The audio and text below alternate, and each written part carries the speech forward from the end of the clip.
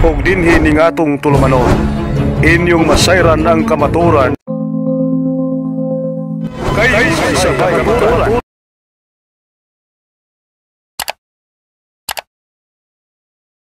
Patutunayan ko na may mali ang Quran. So yun yung topic natin mga kapatid. So bibigyan ko ng 10 minuto sa unang pagpapahayag si Brother Jando. Kung meron siya presentation, he can prepare. Time start now bro, pag magsalita ka. Okay, magandang gabi po sa inyong lahat, mga puntos. At sa pagkakataong ito, matagal na po na binan po sa aming programa yung pagkipagtalakayan sa Muslim.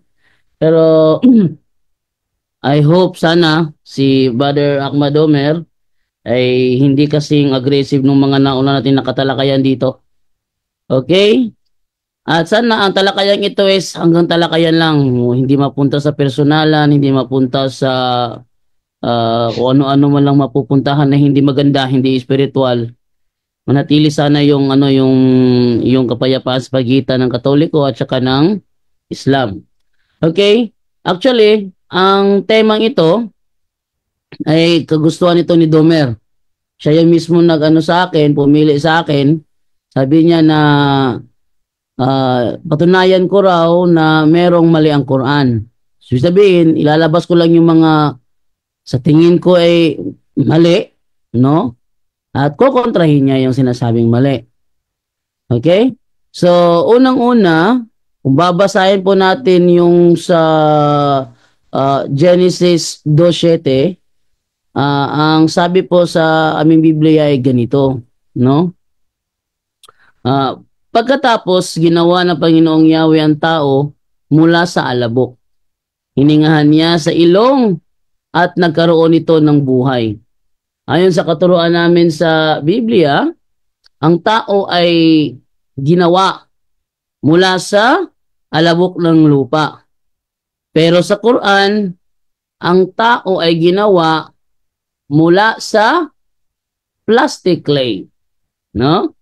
Ang batayan natin dyan, yung sinasabi sa Quran 37:11, ate ipakita yung yung ating screen natin dito sa sa Quran 37:11. Okay? Ito tayo sa Islam 101. Quran 37:11, ganito ang mababasa. Then ask them, O Muhammad, are they stronger as a creation, or those others whom we have created? Lo, we created them of plastic clay. Ayon po sa sinasabi dito sa Quran, salin ito ni Muhammad Marbaduki Piktal, ang tao ay ginawa mula sa plastic clay. Yon. Pero sa Biblia, sa atin sa Biblia, ang tao ay ginawa mula sa alabok ng lupa. Mali yun. Mali na ang tao ay ginawa mula sa plastic clay. No? Doon sa ibang salin naman, nakalagay naman sticky clay. Sa Sahih International yata yon. Sticky clay, dito naman kay Pikta naman is gawa mula sa plastic clay. Kung alin man sa kanila ang nagsinungaling dito, it's either si Piktal na nagsabi na plastic clay ginawa yung tao, o yung Sahih International na sinasabi na ang tao ginawa sa sticky clay, nasa kanila na yon. O pa siya doon dahil di naman natin aral yung kanilang Quran. No? Kaya yun ang mali. Dahil never talagang mangyari na ang tao ay gawa mula sa plastic. Hindi naman ako gumagawa ng kwento. Ito yung ating ginagamit. Ito ay salin ni Muhammad Marbaduki Piktal sa 37:11. Ang tao ay gawa, we created them of plastic clay. Kung mali ang salin na yan, hindi ko yung problema. No? Ang sa akin lang, talagang mali na ang tao ay gawa sa clay. Ngayon, baka sabihin nila ngayon sa Quran kasi, wala naman nakalagay na plastic dyan. Nakalagay naman sa Quran ay clay. So, kung nagkamali si Pictal dito, kailangan niyang aminin muna na nagkamali si Pictal. Kasi yung mga Muslim na hindi nakakabasa ng Arabic, natural, magre-rely yon sa mga translations. No? Sa mga translations ng Quran. Sabi nila, yan ay translation of the meaning. No? No, that's not translation of the meaning. Kasi ang clay, hindi kailanman magiging plastic. Hindi kailanman naging meaning ng clay ang plastic. Pag sinabi nila na yan ay translation of the meaning of the Noble Quran, ay hindi ako sangayon doon. Kasi hindi kailanman naging meaning ng clay ang plastic. Okay? So dito, talagang mali ang Quran dito. Na ang tao ay ginawa mula sa plastic clay. Katunayan, kapag ang tao ay nakremate, no? Pag ang tao pinakremate mo at natapos na ang cremation, hindi naman nagiging plastic, hindi naman nagiging clay ang katawan ng tao. Bagkus ito ay nagiging alabok. Nagiging alabok. Nalalagay pa nga sa jar, hindi ba? Napapansin ninyo yung mga mayayaman ngayon na pinapakremate lang yung kanilang mga sa buhay. Ang resulta niyan, nagiging alabok. Hindi nagiging clay. At hindi rin nagiging plastic clay. Hindi. Kaya mali ang sinasabing yon doon sa Quran. Pangalawa, doon naman sa Quran 15:26, sasalin pa rin ni Muhammad Marmaduke Pictal. Ating tingnan sa 15:26.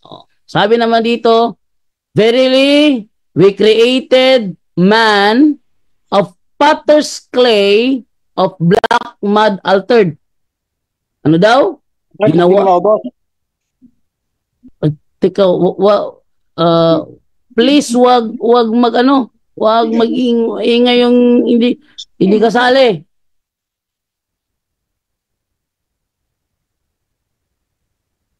Okay. So, sa mga nanonood dyan sa Zoom, wag lang kayo maingay. Okay? Ito naman tayo ngayon. Ang sabi sa kanilang Quran, sa 15:26, ang tao ginawa mula sa potter's clay of black mud altered. Ano ba yung potter's clay of black mud altered? Ito yung literal na kahulugan yan. Sa literal na kahulugan, ito ay tumutukoy sa luwad. Yung clay. Luwad na ginagamit ng mga magpapalayok, potter, na nagmula sa itim na putik, black mud, na nagbago o na-alter. Na-alter. Kaya nga may nakalagay black mud altered with D. Ito ay salin pa rin ni Muhammad Marmaduke Pictal, ang tao daw ginawa sa potter's clay of black mud altered. Tunayan, naging kontrahan yung dalawa. Bakit? Sa 37:11, ang tao ginawa mula sa plastic clay. Plastic clay. Sa 15:26, ang tao ginawa mula sa potter's clay of black mud altered. Kaya kung i-visualize nyo lang, yung pinagkaiba ng plastic sa black mud altered, ang layo ng pagkakaiba. Kasi yung ginagawang ginagawang yung inuhugis ng mga potters, hindi gawa sa plastic clay yun. Yun ay gawa sa putik. Samantalang ang plastic clay ay plastic, no? Kung nakita na kayo kung paano magpapalayok, yung hinuhulma niya doon daw ginawa ang tao. Mali yun. Bakit? Dahil kapag natuyo ang potter's clay of black mud altered, hindi naman ito natutulad sa katawan ng tao kapag na-cremate. Diba? Yung magpapalayok, gumawa ng vase gamit ang black mud altered. Pag yun natuyo, hindi siya katulad sa katawan ng tao pag na-cremate. So madaling salita, mali ang sinasabi ng Quran na ang tao daw ginawa mula sa potter's clay, black mud altered. Pero kakaiba itong sa Quran 1967. Kasi ayon dito, ang tao daw ay ginawa mula sa wala. Mali na naman yun. Unang-una, kinontra niyan 2 talata ng Quran. Sabi sa isa, ang tao ginawa sa plastic clay, tapos ang tao ginawa sa black mud, potter's clay, black mud altered. Ito namang isa, ginawa mula sa wala. Magkakontra, magkakaiba, no? Alam nga namang iba-ibang tao ito. Sa ating katuruan siguro, si Adam na siguro ang unang ginawa. No, si Adam sa kanila.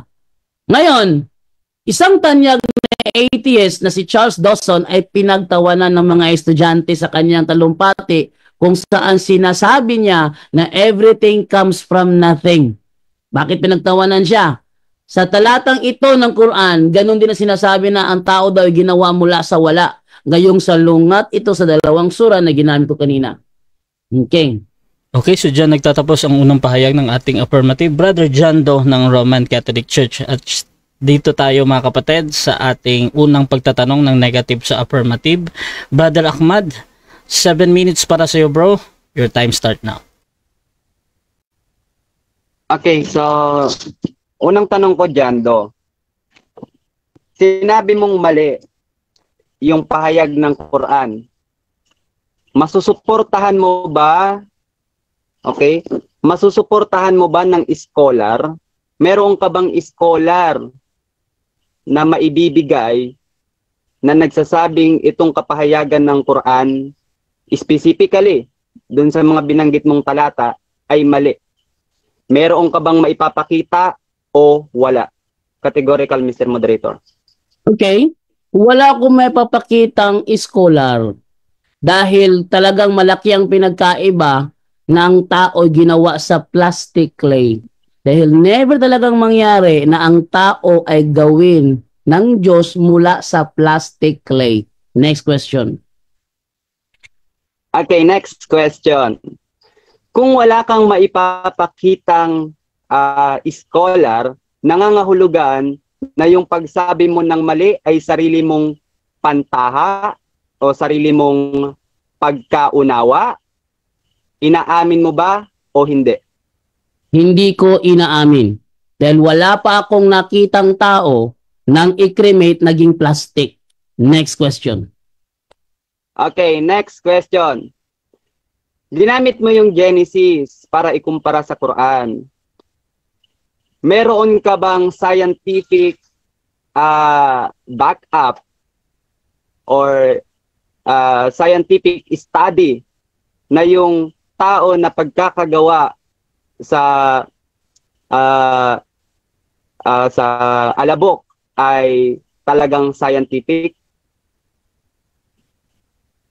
Meron o wala? Okay, wala akong may pakitang scholar. Pero nakikita naman ng ating mga physical na mata na kapag ang tao ay na-cremate, talagang nagiging alabok, hindi nagiging plastic. Kaya mali ang sinasabi ng Quran na ang tao ay gawa mula sa plastic clay. Next question.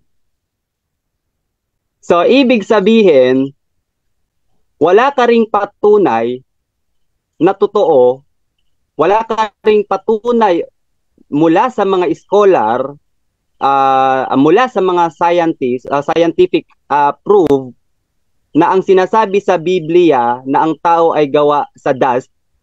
Inaamin mo ba na wala kang patunay mula sa scientific na ang tao ay gawa sa alabok? Meron akong patunay. At ang patunay ko, yung mismong nakikita natin pagkatapos i-cremate ang tao. Mr. Moderator, objection. Anong objection natin, negative? Ang tinatanong ko is scientific proven. Scientific study. Na ang tao Objection, ay moderator. Okay, sige. gawa talaga sa dust. Okay, so scientific proven, Objection, inano mo, moderator. bro? Wait lang ha. Dinidiinan ng ating negative. Affirmative, anong counter objection doon? Unang-una sa rules natin, sa first affirmative stand, pag hindi ko ginamit, hindi pwede itanong. Okay. Wala akong ginagamit na scholar mula pa kanina. Sa aking pagtalumpati, wala akong ginamit na scholar. Pangalawa, ang style ng kanyang pagtatanong, ang tawag dyan, fallacy o false dilemma. Nililimitahan lang niya. Wala akong ginamit na scholar nang ako'y nagpahayag. Kaya hindi pwede, tanungin niya ako ng puro scholar, wala akong Okay, okay. ginamit na scholar. Kung ano yung pahayag ko, doon siya dapat magtanong. Okay, so gusto ko lang i-confirm yung unang concern patungkol para mapadali tayo. Yung sinasabi ni John do na hindi ko pa nilatag yan, yung mga scholar na yan. Next question. So next question natin to, bro. Mr. Moderator, Wait lang, ginamit wait lang. niya kasi na ang tao. Wait lang, bro. Wait lang, bro. Si John do muna to. Gusto ko lang i-confirm kung ginagamit ba ni John do yung karapatan niya dito sa Gagamitin ko. Okay. So, bro Ahmad, ganito bro, either nagsasabi ng totoo si Brother Jando or hindi na nilatag niya yan. Basta sinabi niya hindi niya nilatag. Sa moderator, automatic next question yan ayon sa ating rules. So, proceed ka bro. Okay. Time restriction bro. Next question, Brother Jando. Ginamit mo ba ang talata sa Biblia na ang tao ay gawa sa dust? Ginamit mo o hindi mo ginamit? Yes, ginamit ko ang Genesis 2:7 na ang tao ay ginawa mula sa alabok ng lupa. Pero wala akong binabanggit na pinatutunayan na niya ng scholar. Bakit? Dahil sa physical pa lang, pag nagpa-cremate ka, resulta alabok talaga, hindi plastic. Kaya mali ang sinasabi ng Quran na ang Next tao ay question. gawa mula sa plastic. Next question. Next question, Mr. Moderator. Ginamit niya ang 2:7 ng Genesis. Ngayon, dahil sinabi mo na ang tao ayon sa Biblia ay gawa sa dust, Mr. Moderator, I think pasok ang tanong ko. Saan ang patunay mo mula sa pag-aaral ng mga scientists na talagang ang tao Objection, ay gawa sa moderator. dust? Okay, time stop muna. Objection ng ating affirmative, ano yan? Nagtanong na naman siya ulit sa scientist. Ang sabi ko, Counter ang objection. Wait lang. Sige. ang sabi ko, May counter naman, sige. Sige, ang affirmative. sabi ko, ang ebidensya ko, yung resulta mismo pag natapos na ang cremation. Pag natapos na ang cremation, nakikita talaga Okay. ng lahat ng tao na alabok ang resulta, hindi plastic. Wala akong Okay. binabanggit na Oh, scientist. wait lang bro. Sige. Mm. So ganito kasi, nagpapaliwanag ka na Brother Jando doon sa tinatanong niya. Pero punta muna tayo sa kay Ahmad doon sa counter objection. Bro, Ahmad, proceed ka bro. Ang counter objection ko kasi, Mr. Moderator, ginamit niya yung 2:7 ng Genesis, which is ang tao gawa sa alabok. Ngayon, gusto kong mag-back upan niya sa tanong ko, kailangan syempre hindi yung hearsay lang. Okay. Nasa debate kami, kaya tinatanong ko siya, he is under my cross-examination. Okay. Nagtatanong ako kung nasaan ang patunay patungkol doon. Okay. So ganito, magde-decide muna ako. Actually, ang hinahanap mo bro, yung patunay nga. At si Brother Jando nag-object, pero I think nagpapaliwanag na siya doon sa kanyang sagot ba. Ang gagawin ko na lang, bibigyan ko na lang ng 20 seconds si Brother Jando. Tapos Brother Ahmad, pwede kang mag-objection dito bro kung you feel na kung ano man yung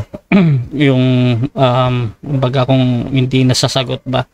Brother Jando, 20 seconds, ano daw yung patunay? Ang patunay ko, yung nakikita talaga ng tao pagkatapos i-cremate, yung tao nagiging alabok, hindi scientist na ginagamit kong patunay, kundi yung talaga nakikita ng tao na naging alabok yung katawan ng tao pagkatapos i-cremate. Next question. Next question. Okay. Ang alabok ba, Jando?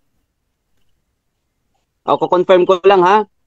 Ang alabok ba na tinutukoy mo, ito yung gawa sa putik? Tama o mali? Mali. Kasi, pag na-cremate ang tao, hindi naman nagiging putik. Nagiging alabok talaga ang katawan ng tao. At yung alabok, syempre pag binasa mo, nagiging ano yun, nagiging putik yun, yung alabok binasa mo. Pero, alabok pa rin pag natuyo. Kaya, hindi yan plastic. Ang sinasabi ng Quran na Next question. gawa sa plastic, yun ang mali. Okay, next question ko, Mr. Moderator. Sabi dito, then Yahweh, God, formed man dust drawn from the clay.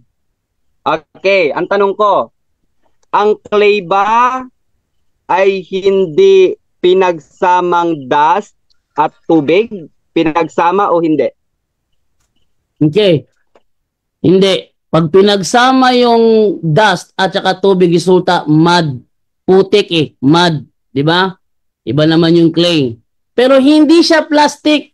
Bro, doon ka mag-focus sa stand ko. Mali ang sinasabi ng Quran na ang tao ginawa mula sa plastic clay. Next question. Okay. Next question.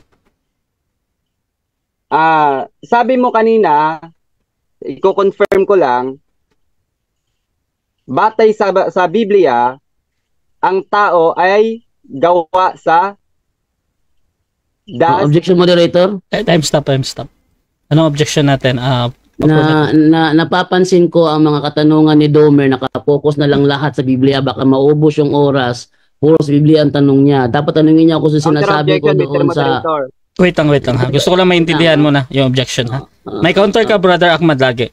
Brother Jando, pakiulit niya. Napansin ko lang kasi, sunod-sunod yung tanong niya, baka nasa Biblia, baka maubos lang yung oras natin. Sa katanungan niya, nakapokus sa Biblia. So hindi siya tinatanong, hindi niya ako tinatanong doon sa Quran kung mali ba o tama. Dapat sana doon siya mag-focus. Okay, so I think ang objection mo, bro, suggest doon sa kabila kung paano siya magtanong. Brother Ahmad, may counter objection ka doon, bro? Counter objection, Mr. Moderator, problema niya yon dahil gumamit siya ng Biblia sa presentation niya. At ang rules natin, ang pagtatanong ko, magmumula sa presentation niya. Okay. So, dito mga kapatid, ipaparesume ko ulit yung pagtatanong, Brother Jando. However, I think nadinig naman ni Brother Ahmad yung sinasabi mo na you suggest na doon magtanong. However, tingnan ko muna kung yung forma ng tanong ni Ahmad dito. Buuin mo muna, Brother Jando, tapos you can object naman dito ha. Brother Ahmad, proceed ka muna sa question mo, bro. Okay. Ito yung tanong ko, Mr. Moderator. That's 50 seconds. Nakukompuse ako. Time stop muna, time stop. Bro, nawawala ka, bro, Ahmad sa sound check. Okay na? Yan. Pakiulit yung from the start, bro, yung sa pagtatanong mo. Okay. Ito, Brother Jando. Kasi, nakukompuse ako sa alabok. Ang alabok ba ay gawa sa lupa o gawa sa abo? Sagot. Yung alabok ng lupa. Sabi sa Genesis 2:7, ginawa ang tao mula sa alabok ng lupa. So galing siya sa lupa. Hindi siya galing sa... Time stop. Okay. Sagot. Wait lang. Objection, Brother Ahmad. Sid, bro. Categorical kasi yung tanong ko eh. Ito ba'y gawa sa lupa o gawa sa abo? Okay. So, Brother Jando, ready ka namang mabili or magka-counter object ka muna? Counter objection ako, false dilemma pala yung tanong niya. Palasyo false dilemma. Pareho lang yun, Brother Russia, kasi alabok ng lupa ang sinasabi sa Genesis. Alabok ng lupa. Okay, so I suggest, bro, kung wala kang mapili din, you can use the 10 seconds or sabihin mo lang next question. So, anong gagawin mo? Sasagutin ko 10 seconds. Proceed, bro. 10 seconds ito. Ang sabi kasi, ang tao gawa mula sa alabok ng lupa. No? Alabok ng lupa. Kaya siya, the same lang, alabok ng lupa. Hindi siya gawa sa plastic clay. Next question. Okay, next question. Sabi ni Jando... Time. 7 minutes time. Okay, so dyan nagtatapos mga kapatid ang ating 7 minutes na first cross ng ating negative. At syempre dako tayo sa kanyang presentation. Pero bago yan, shoutout muna sa ating mga nasa live mga kapatid. At syempre nandyan si Dawood Islam, debater din to. Si Khalid Mamiskal, nandyan din si Mac MK Kalman, si Umar Musa, napaka-supportive nila for sure sa ating negative dito. Si Jeng, si Dawood, sabi niya hindi mo pwedeng gamitin ang Biblia para mapamalian ang Quran. Sabi naman ni Mac MK Kalman, ano kaya yung source niya na sa plastic clay ginawa ang tao? Shoutout din kay Geng Geng o Jeng Jeng. Hala, baka toy lang yun ang ginawa sa kanila, or doll or mannequin. Shoutout din kay Umar Musa, saan yata niya napag-alaman na ginawa ang tao sa plastic? Jason Gulong, decomposition iyan ay scientific approach na kapag namatay yung tao ay nagiging alabo. Shoutout din kay Christine Everley, kasan gumising manood ka. Ayan. Shoutout din kay T. George. Hahaha, plastic talaga yung tao. Paano yun? Shoutout din kay Amy Alfonso. Dito din kay Maria Cecilia. Gawa pala sa plastic ang mga Muslim. Sabi ni Zakasi Adul Amer, anong Quran yan na plastic ang mababasa natin? At shoutout din kay Ismael Dungon. Kay Gladwin Ladaw, ang topic ang pagtuunan at pag-usapan. Emmy Alfonso, syempre mahal na mahal ko yan, Sister Emmy. So mga kapatid, dako tayo sa ating negative naman. Brother Ahmad, 10 minutes bro, first presentation, your time start now. أعوذ بالله من الشيطان الرجيم بسم الله الرحمن الرحيم سبحانك لا علم لنا إلا ما علمتنا إنك أنت العليم الحكيم رب اشرح لي صدري ويسر لي أمري واحلل عقدة من لساني يفقه قولي السلام عليكم ورحمة الله وبركاته. Alhamdulillah mga kapatid sa pananampalatayang Islam, ang topic namin ay patutunayan ni Jando na mali ang Quran objectively. Hindi yung subjective. Okay, magkaiba yung objective at yung subjective, Mr. Jando. Kaya hinahanapan kita kanina, sinong scholar ang nagsabi na yung pahayag sa Quran na pinagsasabi mong mali, sinong scholar ang sumuporta sa'yo na yun ay mali? Bakit? Kasi subjective yan. Sa'yo lang yan dahil wala kang nga naipakita. Pananaw mo lang na mali. Tinatanong kita kanina, meron ka bang mababasa na pinatunayan na ang tao ay gawa sa alabok? Wala ka ring maipakita. Pinagbabatayan mo lang din yung sarili mong tinitignan. Alam nyo, sabi niya, ni Jando, tingnan nyo kung paano niya baluktutin yung mga talata sa Biblia. Sabi ni Jando, alabok ng lupa. Teka lang, Jando. Sa Genesis chapter 2, verse 7, wala tayong mababasang alabok ng lupa. Ito ang sabi dito, nilikha ng Diyos ang tao mula sa alabok ng lupa ba? Hindi. Walang karugtong dito na alabok ng lupa, Mr. Jando. Ewan ko lang kung paano mo binabaluktot, pinagtatagpi-tagpi, yung mga talata. Ang sabi dito, nilikha ng Diyos ang tao mula sa alabok, hiningahan sa ilong, at nagkaroon ng buhay. Nasaan doon ang salitang lupa? Nasaan doon ang salitang lupa? Wala. Ngayon, gigibain natin itong binigay ni John na talata ng Quran na pinagkukontra-kontra niya. Kontrahan daw. Ay, teka lang. Wala naman tayong mababasang plastic clay doon, Mr. Jando. Basahin natin sa Arabica kasi pinagkontra-kontra niya. Sabi dito, fastaftihim ahum asyaddu khalqan amman khalqana inna khalaqnahum min tin. Kayo, sabi ng Allah, yung tao, katotohanan ay linikha kayo mula sa tin. Ano ba yung tin? Clay. Ngayon, kung gagamitin mong batayan ang Biblia para sabihing mali ang Quran, yung salitang clay dito, binanggit din.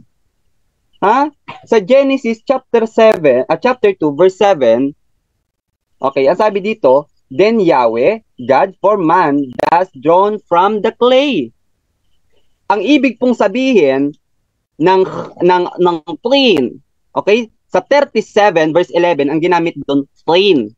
At paunahan ko na kayo, mali ang sinasabi ni Jando na yung mga Muslim na hindi nakakabasa ng Arabic ay Yun ay gawa nagre-rely daw sa translation. No, no, no, no. Dahil ang mga Muslim na hindi nakakaintindi, hindi nakakabasa ng Arabic, nagre-rely sa tafsir. Magkaiba Jando, ang tarjum'a, ipapaliwanag ko sa iyo ha, yung ginamit ni Jando kanina ay tarjum'a at hindi tafsir. Ang tafsir, ito yung pagpapaliwanag ng Quran, Mr. Jando. Ha? Sa tafsir at maging sa Quran, hindi na natin gamitin ng tafsir, mismong sa Quran na Arabic. Okay. Ang binanggit sa mismong Quran ay plain. Plain. Ibig sabihin ay ito yung clay, no? Ito yung clay. Ngayon, sabi niya kanina dito sa chapter 15 verse 26 ay ano daw, black? Okay. Hindi siguro alam ni Jando kung papaano ang paniniwala nating mga Muslim. Puntahan natin yung 15. Okay. Ang binanggit doon sa 15 ay eto. Pilit niyang pinagbabangga yung dalawang talatang hindi naman magkakontra. Chapter 15 verse 26.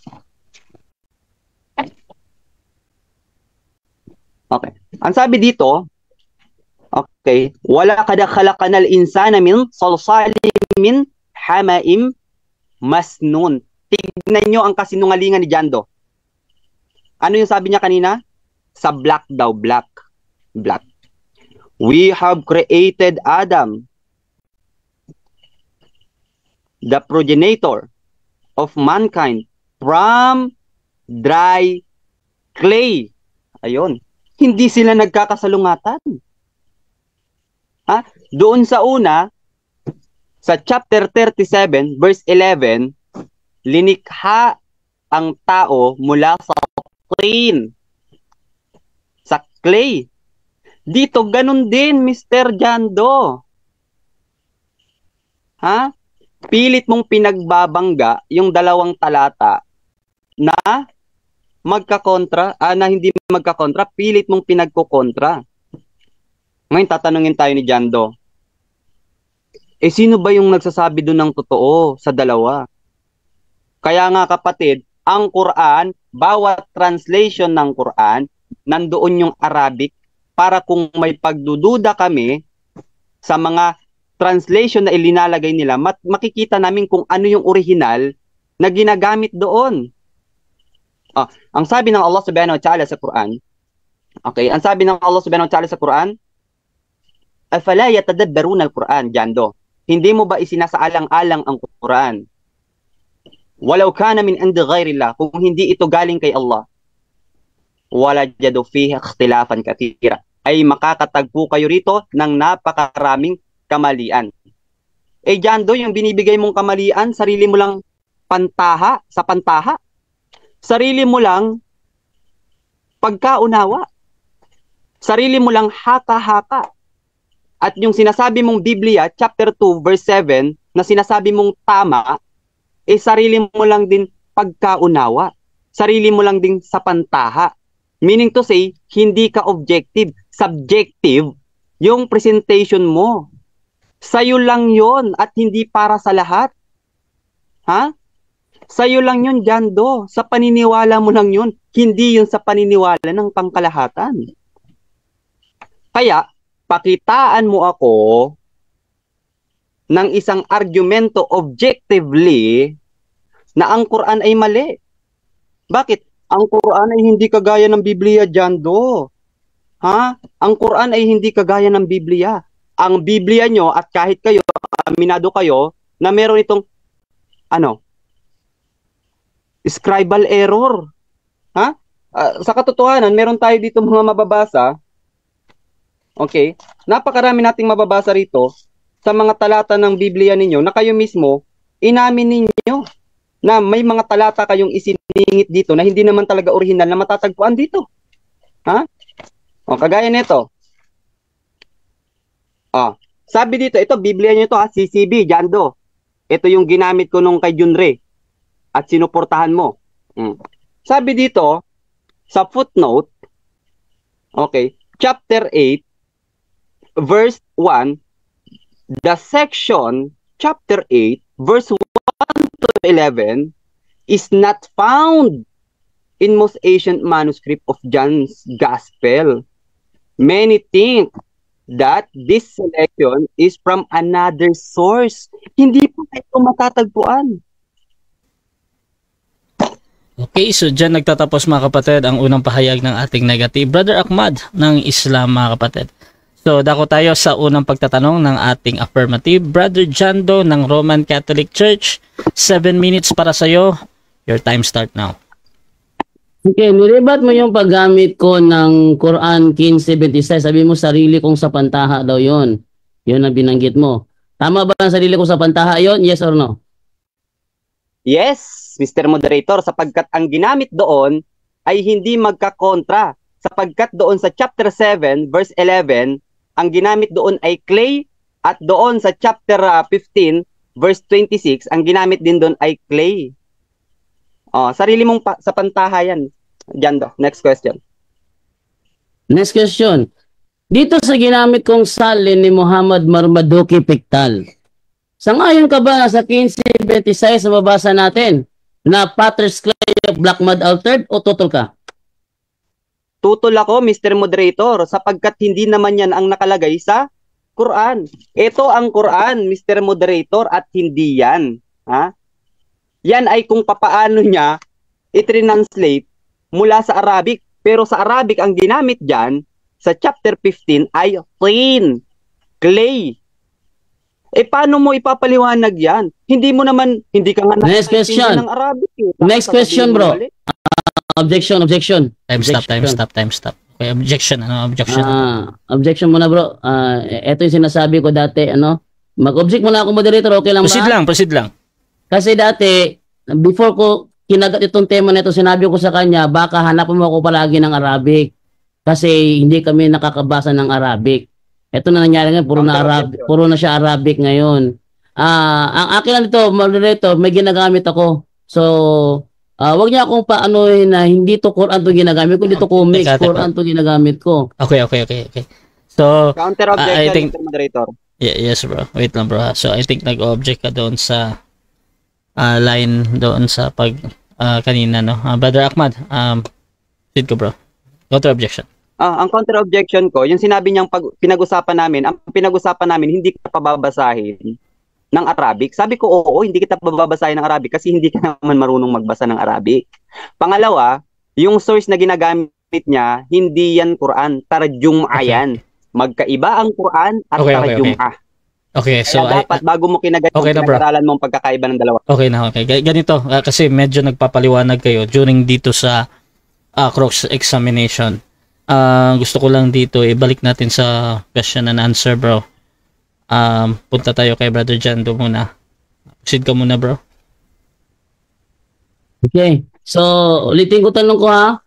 Sangayon ka ba na ang mababasa dito sa salin ni Muhammad Marmaduke Pictal, ang tao ay gawa mula sa Potter's Clay of Black Mud Altered? Sangayon ka ba na yan ang mababasa dito o tutol ka na yan ang mababasa dito? Tutol ako, Mr. Moderator, dahil hindi naman Quran ang binabasa niya. Yan ay tarjum'a. Magkaiba ang tarjum'a sa Quran. Dapat pinag-aralan mo yan. Ang tarjum'a, ito'y kung papaano ito inintindi ng nagsalin. Samantalang ang Quran ay kung papaano ito ibinigay ni Allah. At ang Next question. Dahil tumutol ka na ang mababasa sa 15:26 ng Quran sa ginamit kong Muhammad Marmaduke Pictal ay hindi Black Mud Altered, ano ang nakasulat dito sa salin ni Muhammad Marmaduke Pictal sa Quran 15:26? plastic clay nga ang nakasulat dyan. Pero Objection. tutol nga ako dyan. Time stop. Okay, anong objection natin? Ang tanong ko 1526. 1526. Ko-confirm ko lang kasi sa pantaha daw eh. So ko-confirm ko lang kung yung Okay. ginamit ko ba sa pantaha ko lang may binabasa ako. Okay, Confirm ko lang 'yun. Oh, pag ano sa kanya. Okay, so nag-object ka bro doon sa pagsagot niya, no? Brother Ahmad, Okay, so meron kang counter objection or sagot ako, Mr. Moderator. okay, so ano mo muna natin bro, ipabalik natin yung tanong bro. Naka-time stop naman to, tapos mag-on lang kay Ahmad para ma-clear lang ulit.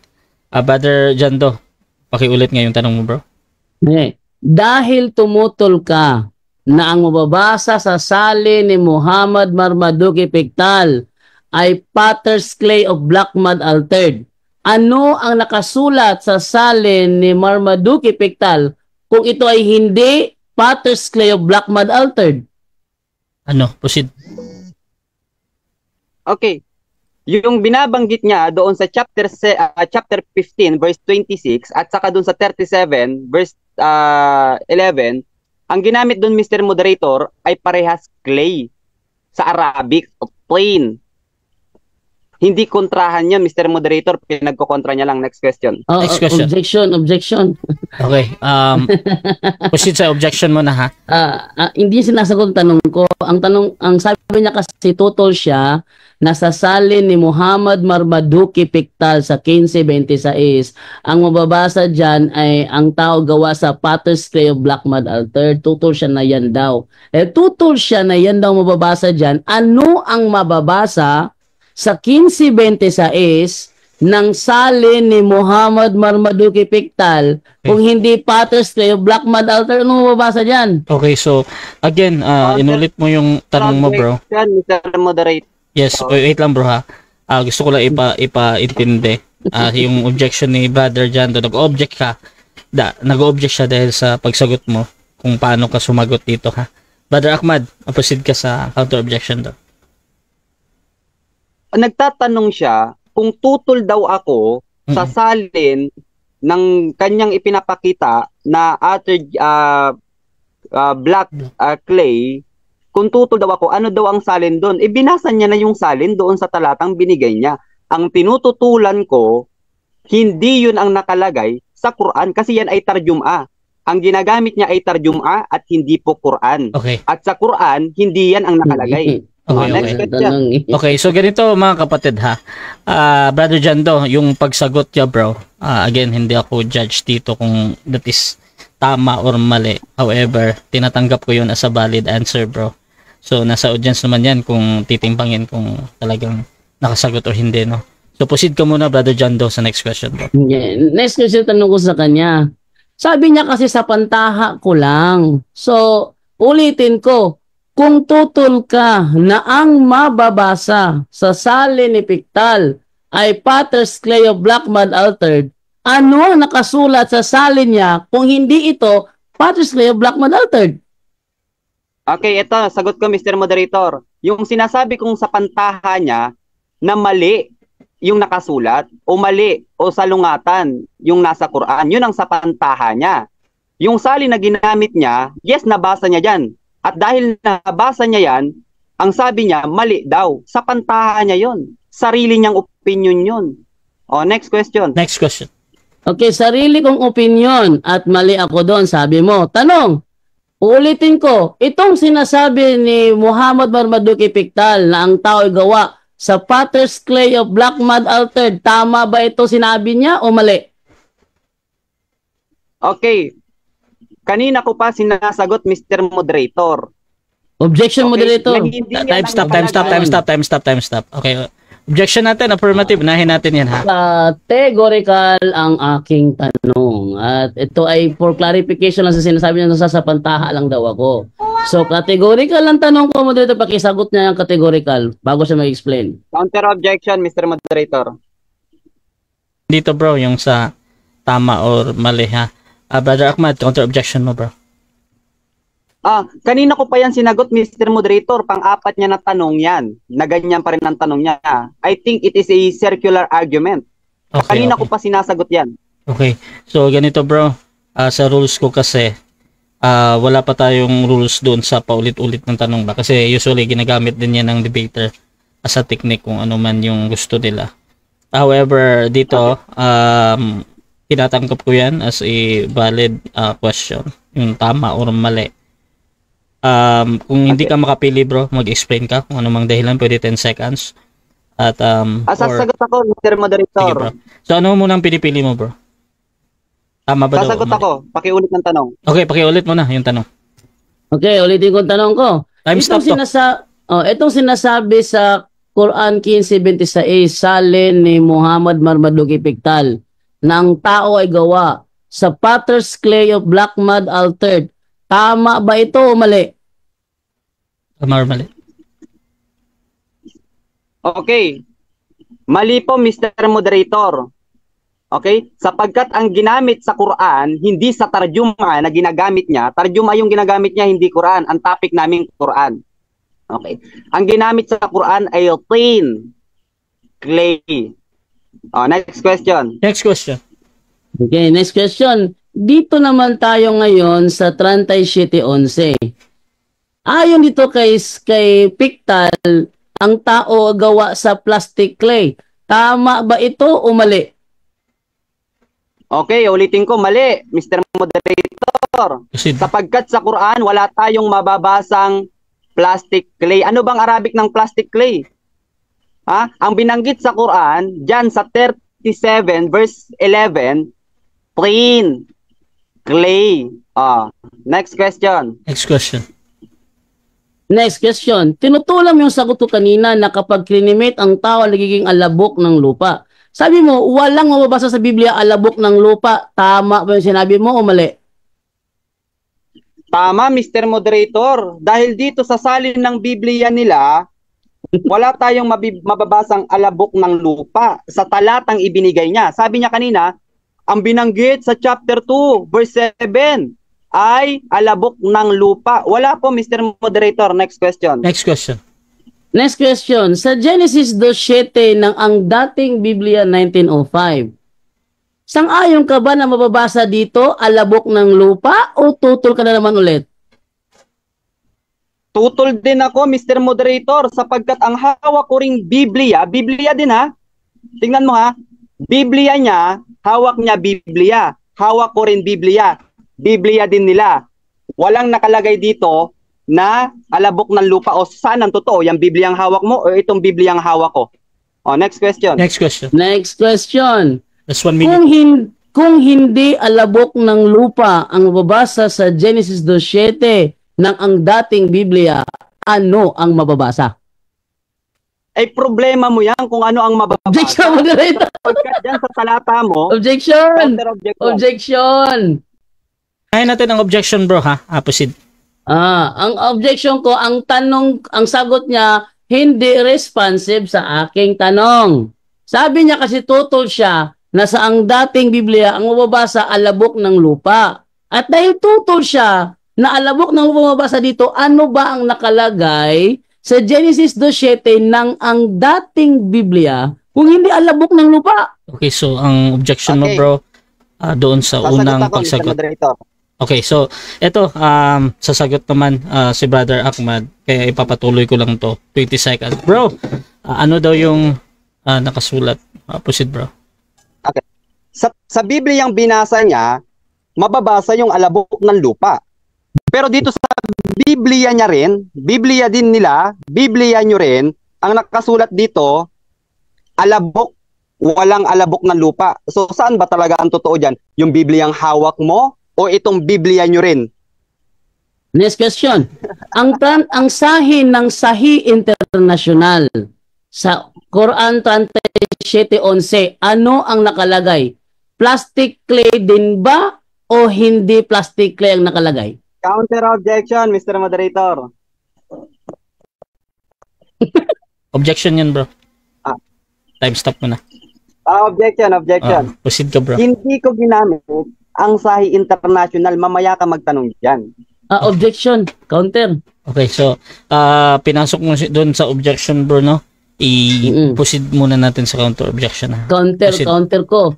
37:11 yung pinagkukuhanan dito. Kasi binanggit niya yung ano hindi pareho ang salin ng magandang balita Biblia at ng dating Biblia. So kaklaro yung sa kanya rin. Okay. Sa Quran 37:11 na pinagbabangayan namin, nasa Okay. topic yan. Oh. Okay. So ito, Sa salin ng Sahih International. Okay na, Mababasa bro. ba doon ng plastic clay o hindi? Okay na, bro. So ganito. Actually, babalik ko to kay Ahmad kasi meron siyang sinabi dito na hindi ko pa nilatag yan. Bro, ipapa next question mo ba to or sasagutin mo, bro, Ahmad? Next question, Mr. Moderator, kasi Proceed. hindi ako gumamit Proceed, bro. hindi ako gumamit ng Sahih International. Okay. Ang gamit ko Okay na, bro. pagbasa ito. Okay na, bro. So Tanungin niya ako dito. Okay na, bro. So proceed tayo, brother Janto. Next question. Sang-ayon ka ba na sumagot ka rin sa tanong Time. 7 Okay. minutes time. Okay, so dyan nagtatapos mga kapatid ang first stage ng ating debate, which is yung ating first presentation at first cross-examination. So sa mga bagong pasok dyan sa ating live mga kapatid, meron tayong debate ngayon between Roman Catholic and Islam mga kapatid sa topic na patutunayan ng ating affirmative na mali ang Quran. Affirmative natin mga kapatid si Brother Janto ng Roman Catholic, negative naman si Brother Ahmad ng Islam mga kapatid. So please mga kapatid, share yung ating live streaming ngayon kung gusto nyo yung mga ganitong usapan. So syempre pa-shoutout tayo kay yung aking co-moderator na din, Marcel Moncada mga kapatid, debater ng JW, shoutout sa iyo. Aladin Gregorio ng Baptist, sa malaking shoutout sa inyo. Dawood Islam, shoutout sa kanya, sabi niya hindi Quran ang gamit ni Jando. Shoutout din kay Aladin Gregorio, watching daw siya. Kay Mac MK Kalman, Quran 15:26-27, translated by Muhammad. Macdot Pitkal, translation, and indeed we created man from sounding clay. Pahayag ni Muhammad, Marmuduki Piktal ay sounding clay. Shoutout din kay Zach Amir, anong Quran gamit ni Jando? Question mark. Shoutout din kay Lovinel Soto, wala na nagka-heto na si Ahmad. Shoutout din kay Jason Gulong, both Genesis 2:7 and Genesis 3:19 sa Greek Hebrew interlinear ay das yung ginagamit at hindi clay. At shoutout din kay Jeng, Genesis 2:27, ang Diyos ay naglikha ng tao mula sa likabok at ng lupa at hininga ng buhay. Imahen ng Diyos. Number 2, ang tao ay nilikha sa imahen ng Diyos. Haba, no? Shoutout din dito kay Clara Mara. According po ito sa Quran 86 verse 6 at tafsir ng Sunni scholar ng Islam ni Ibn Kathir. Mahaba, basahin nyo na lang. Shoutout dito mga kapatid kay sino pa yung hindi ko nabasa?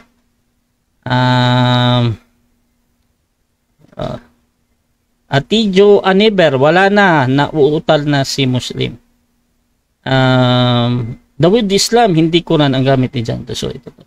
Mga kapatid, tuloy-tuloy lang tayo dito at dito tayo sa rebuttal. 10 minutes, Brother Jando. Your time start now, bro.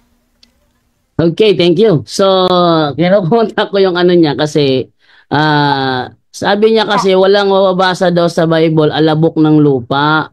Ayan no, ang dating Biblia at nilalang ng Panginoong Diyos ang tao sa alabok ng lupa. At kung titingnan natin yan sa sa Hebrew talaga niya, nakalagay diyan apar. Ayo, apar. O ano yung apar? The dust. Di alabok nga. Hanapan ka pa ng scientific ng ebidensya. Nasa harapan mo na nga nangyayari na eh. O, pangalawa. Ito ngayon si Marmaduke Piktal na ginamit kong salin. Sino ba si Muhammad Marmaduke Piktal? Muhammad Marmaduke Piktal, born Marmaduke William Piktal, was an English Islamic scholar. Noted for his 1930 English translation of the Quran, called The Meaning of the Glorious Quran. Oh. Wait lang. Sino to? Uy, wait lang muna. Sino yan nagsasalit? Ano dyan? Ricardo. Okay, ano yung microphone? Wait lang. Time pause muna, bro. Kami na. Time pause muna. Ano ba naman to Ricardo Lodivice? Okay, tingnan ako ha. Ito ngayon, si Muhammad Marmaduke Piktal, ito ay Islamic scholar. Yung salin niya, ang binabasa ko, scholar to ng Islam. Kung mali itong scholar ninyo, eh di ko na problema yun. Pero at least inamin niya na mali talaga ang sinabi ni Pictal. At yung salin ni Pictal, yun ay salin niya doon galing sa Quran na Arabic. Islamic scholar to, natuloy nakakaunawa ng Arabic to eh. O, ayun ang salin niya. So, hindi ko problema yun. Pangalawa, ngayon, dito na ako niya aanuin sa Arabic ngayon. O, sa Arabic na tayo kasi alam niya kasi na tayo mga Katoliko dito nag-aaral ng Arabic. Sabi ko sa kanya, dapat niyang hamunto si Christian Prince para sa full lahat talaga yung mga argumento niya. Pangalawa, ano pa, wala siyang ano ha, hindi niya, kontra siya ng kontra. Pagpapabasa ko sa kanya, hindi naman niya mababasa. Ito na ngayon, Quran 4:157 naman tayo. Okay. Sabi dito sa Quran, sinabi ng mga Hudyo na napatay daw nila ang Mesiyas, no? Dito sa talatang ito ng Quran ay sinasabi ng mga Hudyo na si Jesus daw ay Mesiyas para sa kanila. Mali yun. Bakit? Hindi kailanman kinikilala ng mga Hudyo na kalaban ni Jesus na siya ay Mesiyas. Na katunayan, sinasalungat nila si Jesus dyan. Kung meron kayong kakilalang membro ng Judaism, ipagtanong ninyo, talagang tutol na tutol sila na si Jesus ay Messiah. Tutol sila doon. Kaya sinasabi sa Quran nila na tinatawag nila si Jesus na Messiah, mali yun. Bakit? Ayon sa Insights from God's Word by Emmanuel Maluneda, sa page 72, ang sabi niya rito, the Jewish people were looking for a mighty king to come as the Messiah, to deliver them from Roman bondage. They were more concerned with their political condition than they were with spiritual deliverance from their sins. Consequently, when Christ made his appearance as a humble teacher from Nazareth, most of the people were unwilling to accept him as the Messiah. So, hindi nila matanggap si Jesus na Messiah. Tapos sasabihin ng kanilang Quran na tinatawag nila si Jesus na Messiah, mali yun. Mali yun. Bakit? Hindi kailanman tatawaging Messiah ng mga kalaban ni Jesus si Jesus. Patunayan, para sa kanila, blasphemer yun. Time check na. Nilalamunan ko. Ngayon, kung ating titingnan ito sa isang aklat, Love One Another ni Rabbi Israel Zoleh. Ito ay isang Judaism. Sabi niya dito, ayan, ito sabi niya, in his religion class, in the Jewish community, he was told Jesus was a blasphemer. Since being a man, he considered himself God. That is why he had been condemned to death on the cross. So, dito, hindi nila matanggap na si Jesus ang Messiah. Tapos sasabihin nila na Messiah si Jesus. Mali yun. Mali yun na sinasabi ng Quran. Okay. Ngayon, dito naman tayo ngayon sa meron kasi ako na Muslim nung nag-live ako, to the point. Nagtanong siya patungkol sa Marcos 15:32. Nagtanong siya doon. Sabi niya, yung tinawag daw na Messiah o Kristo si Jesus, yun daw ay isang pangungutya. Pangungutya. Tama naman ang isang pangungutya. Pero yung sinasabi sa kanilang Quran, hindi pangungutya yun. Tinanong ko sa ChatGPT kung isa bang pangungutya ang pagtawag kay Jesus na Kristo sa Quran 4:157. Ang sagot ng ChatGPT ay ganito. Sa Quran 4, verse 157, binabanggit ang tungkol sa krusifikasyon ni Jesus, kilala bilang isa sa Islam. Ngunit ang paggamit ng titulong Kristo o Almasi sa Arabic ay hindi panunuya, kundi isang pagkilala sa Kanya bilang isang mahalagang propeta at hinirang ng Diyos. Yun. Tinawag siyang almase, hindi yun panunuya sa Quran. Kaya yung sinasabi ng kanilang Quran na tinatawag nila si Jesus na Messiah, mali yun. Ha? Katunayan, meron pa silang binanggit doon na hindi napatay si Jesus. Mali din yun. Bakit?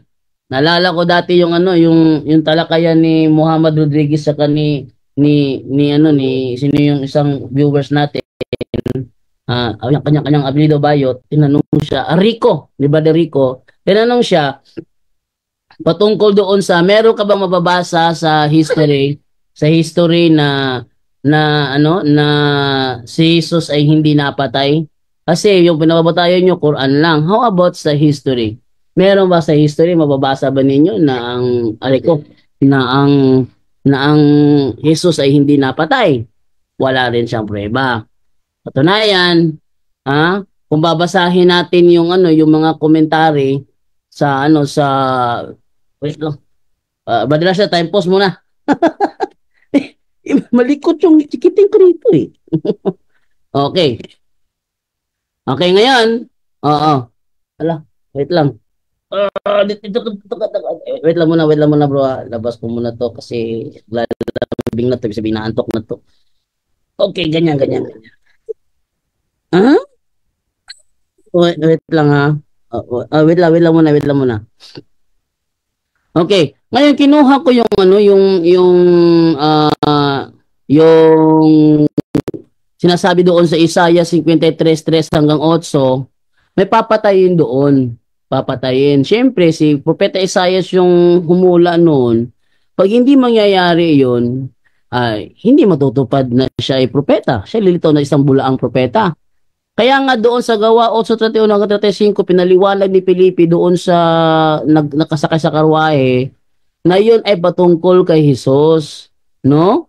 Kaya, ngayon, sabi niya dito, kung titingnan naman natin sa Annals 1544 ni Cornelius Tacitus, sabi, consequently, to get rid of the report, Nero fastened the guilt and inflicted the most exquisite tortures on the class hated for their abominations called Christians by the populace.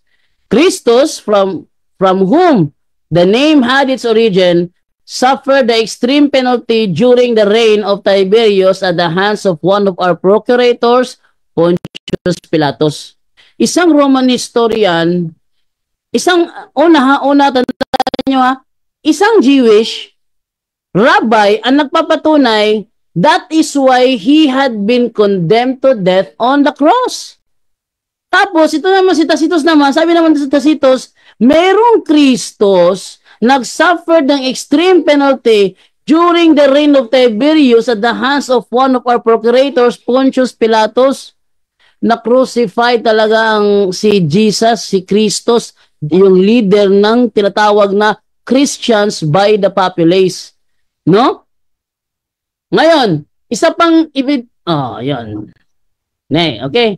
Okay, so dyan nagtatapos ang rebuttal ng ating affirmative Brother Jando ng Roman Catholic Church. At dito tayo sa second cross ng ating negative. Brother Ahmad ng Islam, 7 minutes bro, second cross.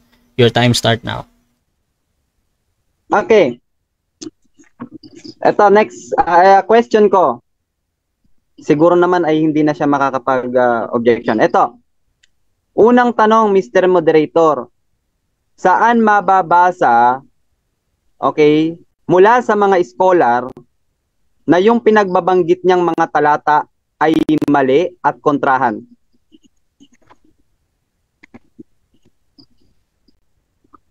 Okay. Wala akong binanggit na scholar sa pahayag ko. Ang ginamit ko sa pahayag ko ay yung aklat na Objection. Time stop. Objection. Anong objection ng negative? Mr. Moderator, nasa pangalawang cross-examine na kami. Binanggit niya man o hindi niya binanggit, I think ay kailangan niyang sagutin as long as na ito'y nasa topic. Ang tanong ko, sinong scholar ang nagsasabi na yung mga pinagbabanggit niyang talata ay mali at kontrahan.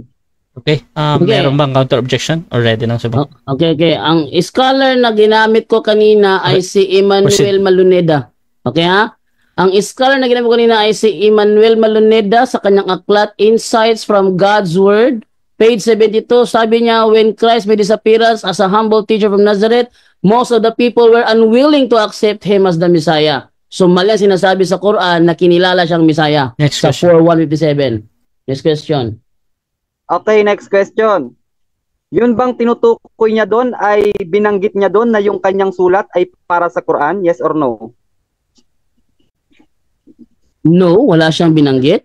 Ang sabi lang niya ng Bible scholar na si Emmanuel Maluneda, nang si Kristo ay nagpakilala as a humble teacher, never siyang inaccept na Messiah. Katunayan, ang mga Hudyo sa Israel, hindi talaga siya matanggap na siya ay Messiah. Next question. Okay, next question. Pinatutunayan mo ba na mali ang Quran? Batay sa iyong sariling pagkaunawa o batay sa sinabi ng mga scholar? Okay. Batay sa sinasabi ng scholar na mali talaga ang Quran dahil never talaga tinatanggap ng mga Judaism, ng mga Israelitang kalaban ni Jesus na siya ay Messiah. Katunayan, last week may nakadebate kaming House of Israel, tutol siya na Messiah si Jesus. Next question. Okay. Sabi niya, ginagamit niyang mga scholar para patunayan na ang Quran ay mali. Ngayon, ang tanong ko, punta tayo dito sa chapter 37 verse 11. Sinong scholar ang nagsabi na ito ay mali? Moderator. Nasagot ko objection na yan. Yung tanong niya, yung ngayon, nasagot ko na yan kanina. Sabi ko kanina, wala akong ginagamit na scholar. Okay. Sagot ko na yan kanina. Wala akong ginagamit na scholar. Fallacy of false dilemma yung ginagawa nito eh. Okay. So, nag-object ka bro dahil doon sa sinagot mo daw kanina. Bro, counter objection muna tayo. Brother Ahmad. Hindi siguro naiintindihan ni Jando na nasa second cross examine na siya. Binanggit mo man ang scholar o hindi, as long as na nasa paksa, dapat mong sagutin. Okay. So, ganito, Jando. magde-decide mo na ako mga bro. Naintindihan ko na yung inyong mga sa objection at counter. Dito bro, Jando, ang hinahanap lang naman ni Brother Ahmad yung sino o yung pangalan. However, ikaw naman yung magsasagot dito. Kung sasagot ka ng 20 seconds bro, pwede kang 20 seconds sasagutin ko bro. 20 seconds. So ganito, maghintay ka lang Brother Ahmad ha, kung meron ba siyang babanggit. Proceed ka bro, Jando, 20 seconds bro. Sino daw bro? Gagamitin ko ang 20 seconds bilang ulit sa sagot ko kanina na wala akong ginamit na scholar. Ang patunay ko lang na kapag ang tao na-cremate, hindi nagiging clay. Nagiging alabok ng lupa. Wala akong nakitang na-cremate. Pagkatapos ng cremation, naging clay siya. Wala. Next question. Okay. Next question ko. Okay. Doon sa chapter 37, verse 11, at saka doon sa chapter 15, verse 26, na sinasabi mo na magkakontrahan, okay, napag-aralan mo ba talaga yan? Yes. Ang tanong ko, Mr. Yes, napag-aralan ko dahil pag i-cremate ang tao, Okay. hindi talaga nagiging clay, kundi nagiging alabok ng lupa. Next question. Okay. Next question ko, Mr. Moderator. Uulitin ko. Yung chapter 37 verse 11, pinag-aralan mo ba ng mabuti at masinsinan? Yes or no? Yes, pinag-aralan ko nga. Katunayan, pag na-cremate yung tao, hindi nga nagiging clay pagkatapos, kundi naging alabok ng lupa. Yung sinasabi sa Quran niyo, mali yan. Next question. Okay. Dahil sa pinag-aralan niya raw ito ng mabuti at masinsinan, okay, ang tanong ko, Mr. Moderator, ito ha, pinag-aralan niya raw ng mabuti, uulitin ko, pinag-aralan niya ng mabuti at masinsinan. Ibig sabihin, sa bawat aspeto neto, saan man nating anggulo tignan, ay talagang pinag-aralan niya at alam niya. Okay. Next, ang tanong ko. Ang ginamit dito ay salitang tain sa Arabic. Ang tanong ko, ano ang salin o ano ang kahulugan ng tain? Kasi pinag-aralan niya raw ito ng mabuti, Mr. Moderator. Okay. Proceed. Sinagot mo na yan kanina, clay. At yan ay mali. Kasi pag na-cremate yung tao, hindi nagiging clay. Nagiging alabok ng lupa. Next question.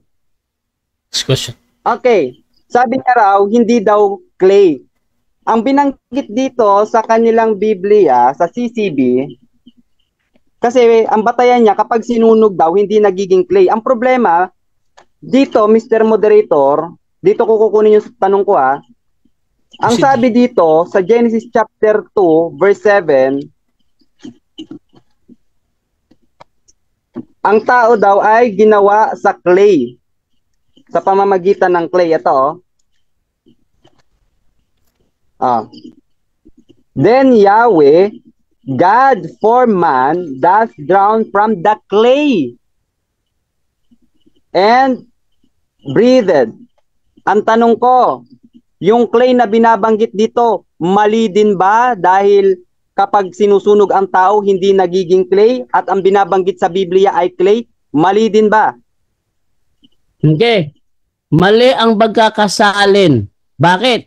Sa original niyan, ang nakalagay dyan, apar, means dust. Dust originally. Diba? O, dust. Kaya ang tao pag, from dust to dust, no? Ang dust, pag binasa mo, doon naman nagiging putik. Doon naman nagiging putik, ano? Ang putik Next naman, question. mud. Oh. Next question. Sabi niya, maling salin daw. So, maling salin ito. Objection, moderator. Objection, moderator. Objection. Wala akong sinabi na maling salin ang CCB. Ang pagkakasabi lang na clay, yun ay mali. Kasi sa original, Okay. it's dust. Okay. Dust ang sa original. Wala akong sinabi na ang buong CCB maling salin. Wala akong sinabi gano'n. Okay na. So, ganito, nag-object ka bro, dahil doon sa premise, no? Brother Ahmad, meron ka bang counter-objection doon or magre-rephrase ka ng tanong? Mag-ano na lang ako. Next question ako, Mr. Okay. Moderator. Proceed, bro. 37 seconds lang to, bro. Okay, wait lang Hmm. Ilang minuto na lang, Mr. Moderator. Hindi na rin siguro aabot ano ko na, Mr. Moderator. Okay, so dyan nagtatapos mga kapatid ang second cross ng ating negative at dako tayo sa rebuttal din ng ating negative mga kapatid at bibigyan ko siya ng 10 minutes. Proceed ka bro. Wait lang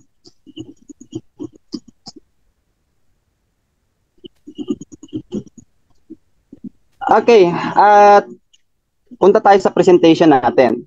Again, tinatanong natin siya. Wala siyang patunay na ang Quran ay mali mula sa mga outside source. Wala siyang maipakita na nagsasabing ang Quran ay mali. Lahat ng binabanggit niya ay pag-aakala niya lamang na mali. Pag-aakala niya lang na mali. Bibigyan ko kayo ng mga kamalian. Ganito ang tunay na kamalian. Papakita ko sa inyo mula sa CCB, sabi niya hindi naman daw tumaling CCB. Ganito yung mali, papakita ko sa inyo. Okay. Sa Luke chapter 22, yung verse daw dito, some of the ancient manuscript of the gospel do not have verse 34 and 44. Objection, moderator. Okay. Objection, moderator. So ngayon, Objection. Objection natin. Ano yan bro? Affirmative. Ang ginagawa ng aking katunggali ay strawman fallacy. Hindi namin topic ang Biblia ngayon. Hindi namin topic ang Biblia ngayon. Ang topic namin yung Quran nila. Dapat Wait lang Ahmad. Okay. yung pagbabanggit niya sa Biblia na kulang ng verse 34, that's out of topic, moderator. Strawman fallacy, hindi ko hahabulin yan. Ang aming topic ngayon, patutunayan na mali ang Quran. Okay. Naintindihan ko. So, ang objection dito yung sa out of topic yung presentation. Brother Ahmad, ano yung counter objection mo doon? Ay, alam niya palang out of topic kapag gumamit ka ng Biblia, bakit siya gumamit kanina ng Biblia? 'Di ba? Ang topic namin Quran. Ginamit niya kanina ang Biblia para patunayang mali ang Quran. Ngayon gagamit naman ako ng Biblia para ipakita kung ano ang pagkakaiba ng tunay na kamalian sa kamalian na gawa-gawa ni Jando. Okay. So ganito, magde-decide muna ako dito, Brother Ahmad. Usually kasi sa mga debates, bro, nagbibigay ako ng at least 2 minutes na out of topic talaga. For example, talagang labas dito. At sa akin talaga medyo kumbaga yung pag-uusap is about Quran, tapos mapunta siya sa parang sa mali ang Bible, is hindi talaga aakma doon sa topic ba. However, mga kapatid, binibigyan ko lagi yan ng 2 minutes na palugid. At pwedeng mag-object yung ating kapatid kung hindi siya babalik doon sa kanyang pinaka-main na topics na ang Quran ay yung topic natin ba na mali ang Quran bilang negatibo si Brother Ahmad. So, bibigyan kita ng palugit dito, Brother Ahmad at Brother Jando. You can object, Brother Jando, within 2 minutes kung babalik pa or hindi. Tapos, magde-decide ako ulit. Brother Ahmad, proceed ka muna, bro. Okay. Time resume. Ngayon, gagamitin natin itong Biblia para ipakita kung ano ba talaga ang tamang mali. Kasi sa Quran, hindi niya nahanapan ng ganito eh. Pinapatunayan niyang ang Quran ay mali, hindi batay sa mga ganitong pamamaraan. Hindi batay sa scholar, hindi batay sa standard reference. Pinamamalian niya ang Quran batay sa kanyang sariling sapantaha. Ngayon, ipapakita ko sa inyo papaano ba gumamit ng pagpapakita ng talagang kamalian. Bibigyan ko kayo ng example dito sa Luke chapter 22. Ang sabi dito, some of the ancient manuscript of the gospel do not have verse 43 and 44. Probably they were taken out because many people were scandalized by this weakness of Christ. Objection, moderator. So, Time stop na. napakalinaw, Mr. Moderator. Time stop na. Objection tayo, Brother Jando, ano yan? Pinakinggan ko yung mga binabasa niya, walang kinalaman yun sa mali ang Quran. Gumamit ako ng Biblia kanina para ipakita na mali ang Quran, may kinalaman sa mali ang Quran yung paggamit kanina. Halimbawa, sinasabi sa kanyang, halimbawa lang ito sinasabi Okay. sa kanila na hindi na patay. Yung tinatawag daw na hindi na patay. Pero yung binabasa ko naman napatay. So may ano siya. Kinapatutunayan ko mali ang Quran sa umitan ng Biblia. Samantalang binabasa niya ngayon, walang kinalaman sa topic, moderator. Okay. Counter objection, Brother Negative.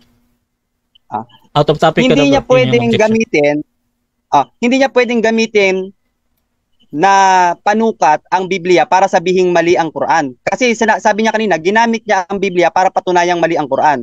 Ngayon, ginagamit ko naman ang Biblia para ipakita na hindi mo pwedeng gamitin ang Biblia para gawing mali ang Quran dahil ang Biblia mismo mali. Okay. Naintindihan ko na. So ganito mga kapatid, magde-decide ako mga kapatid, iba yung decision ko dito kasi nakikita ko yung argument ng ating negative. Sinasabi niya na gumamit yung kabila kanina ng Bible, so therefore mali ang Quran. Tapos ngayon, ginagamit ni Brother Ahmad na ang Bible as sabi nga niya ay mali daw, therefore tutuloy yun sa pagiging negative niya ba. So yan yung reason din, tsaka nadinig ko din kanina, sabi niya na ganito yung dapat na pagmamali. So ito mga kapatid, ipapa-retain ko itong ganitong presentation. Proceed ka lang, Brother Ahmad. Ayun, salamat Mr. Moderator sa iyong pagiging tapat na pagiging moderator. Kasi kanina ginamit niya ang Biblia para sabihing mali ang Quran. Ngayon, ipapakita ko sa inyo mga taong bayan na hindi niya pwedeng gamitin ang Biblia kasi Ang tanging naging batayan niya, tinanong ko siya, meron ka bang may papakitang scholar? Wala. Sabi niya nga, hindi naman ako gumagamit ng mga scholar. Ang ginamit niya lang para patunayan na mali ang Quran ay ang Biblia. Ngayon, pakikitaan ko kayo kung bakit hindi natin pwedeng gamiting batayan ang Biblia para sabihing mali ang Quran. Bakit? Kasi ang Biblia mismo mali. Ha? Mali mismo yung Biblia. Ito, napakalinaw. Ito sa chapter 8, ipapakita ko sa inyo. Sa chapter 8, verse 1, okay, hanggang 11, sabi dito, is not found in most ancient manuscript of John's Gospel. Oh, mali! Papaano mong gagamiting panukat yung mali para sabihin mong mali ang isang tama? Ha? Ang Quran ay walang kamalian. Napakalinaw ng sinabi ni Allah. John 2, sabi ng Allah, afala yatadabbaruna al-Quran. Hindi mo ba isinasaalang-alang ang Quran? Walau kana min indi ghairillah. Kung hindi ito nanggaling kay Allah, wala jadu fiha ikhtilafan katira. Makakatagpo kayo ng napakaraming kamalian. Hindi po nahanapan ni Jando ng kamalian ang Quran. Bagkus ang ginawa ni Jando para sabihin niyang mali ang Quran ay ang sarili niyang obserbasyon. Tinanong natin siya, may scholar ka? Wala. Napatunayan niya raw kasi pag nakikita niya raw ganito. So, nakabatay siya sa kung ano ang nakikita niya at hindi batay sa standard reference. Wala siyang scholar na naipakita. Ano pa? Ginamit niya ang Biblia para patunayang mali ang Quran. Bakit ka gagamit ng mali para patunayan na mali ang isang bagay? Jando, sa'yo lang ako nakakita ng ruler na sira at gagamitin mong panukat. Sa'yo lang ako nakakita na yung metro na sira, gagamitin mo para sukatin yung haba ng isang bagay. Bakit mo gagamitin ang Biblia? Bakit mo gagamitin ang Biblia para sabihing mali ang Quran? Mismong Biblia nyo, mismong scholar nyo dyan doon, nagsasabing ang Biblia ay napakaraming kamalian. O ngayon, bigo po ang ating kapatid Bigo siya na pamalian ang Quran. O ulitin ko tinanong natin siya kanina, Jando, may maipapakita ka bang scholar, meaning to say standard reference mga kapatid, na nagsasabing mali yung mga talatang pinagbabasa mo? Wala. Ipinaliwanag na natin. Yung sa chapter 37 verse 11 at saka yung chapter 15 verse 26, parehas po ang ginamit doon. Parehas po yun, hindi po yung kontrahan. Kaya nga hinahanapan natin siya ng standard reference na nagsasabing ito ay kontrahan. Wala. Tayo, dami nating nabasa Gibain mo to. Huwag mo itong gagamitin ng Biblia para sabihing mali ang Quran. Or else, kailangan mo munang patunayan na tama ang Biblia at pag napatunayan mong tama ang Biblia, saka mo siya gamiting panukat para sabihing mali ang Quran. Kasi ako kaya kong gamitin ang Quran para patunayang mali ang Biblia. Bakit? Kasi ang Quran walang kamalian Bigo ka nga ngayong gabi Bigo ka ngayong gabi na patunayan na ang Quran ay may kamalian.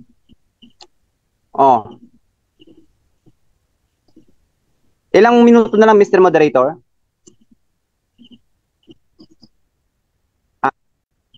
Ilan? Okay.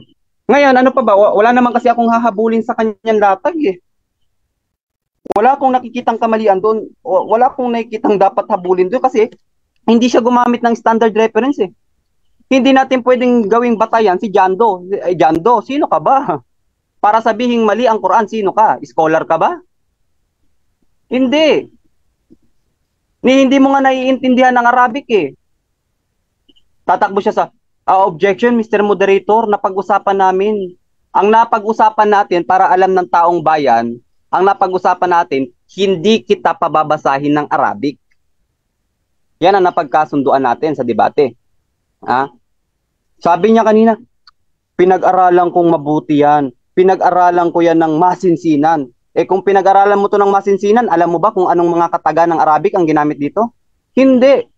Hindi mo to pinag-aralan ng masinsinan, kaya nasabi mong kontradiksyon. Kasi kung pinag-aralan mo ito ng masinsinan, Jando, kung talagang sinaliksik mo ito ng masinsinan, inalam mo ng mas malalim, hindi ka magkukonclude na ito'y mali at ang conclusion mo ay batay lamang sa sarili mong sapantaha. Ha? Batay lamang sa sarili mong sapantaha. Eh according sa Time Magazine, yung Biblia, for example, yung King James Version, baka itatanggi ito ni Jando, naglalaman ang New Testament ng 50,000 error. Oh. Kita nyo? Yun ang mali. Bakit meron akong batayan? Kaya nga, sa susunod, Jando, huwag mong gagamitin itong mali para sukatin ng isang bagay. Mali nga eh. For example, bumili ka ng 1 kilong manok doon sa palengke. Tapos, titignan mo kung tama ba sa kilo yung binili mo. Pero ang gamit mong timbangan, sira. Sa tingin mo, makikita mo kung tama yung timbang ng binili mong manok. Samantalang ang ginamit mong timbangan, mali. Sira. Hindi ganon. Ha? Hindi ganon, Jando. O ngayon, bigong-bigo si Jando ngayon. Akala ko pa naman napakagaling. Akala ko pa naman talagang pagpapawisan. Objection, moderator. Pa naman talagang may Objection, moderator. Objection, affirmative, ano yan? Hindi nakapagpigil aking kalaban, nag-ad hominem na kaagad. Okay. Hindi ako nag-ad home sa iyo, bro. Huwag ka mag-ad home sa akin. Okay, gusto ko lang i-confirm. Counter objection, Mr. Moderator. Wait lang, Ahmad. Gusto ko lang i-confirm yung word na ad hom. Anong sinabi, Brother Janto? Kung i-replay natin, moderator, baka sabi niya ngayon na hindi daw siya pinagpawisan, sayang daw yung yung mga attack yun sa akin, moderator, at I considered it as ad hominem. Okay, naintindihan ko. Direct sa akin yun, direct sa akin, hindi sa topic yun, sa akin, direct sa akin yun. Yes, naintindihan ko. Brother Ahmad, meron ka bang counter objection? Ad hominem. Oo, Mr. Moderator.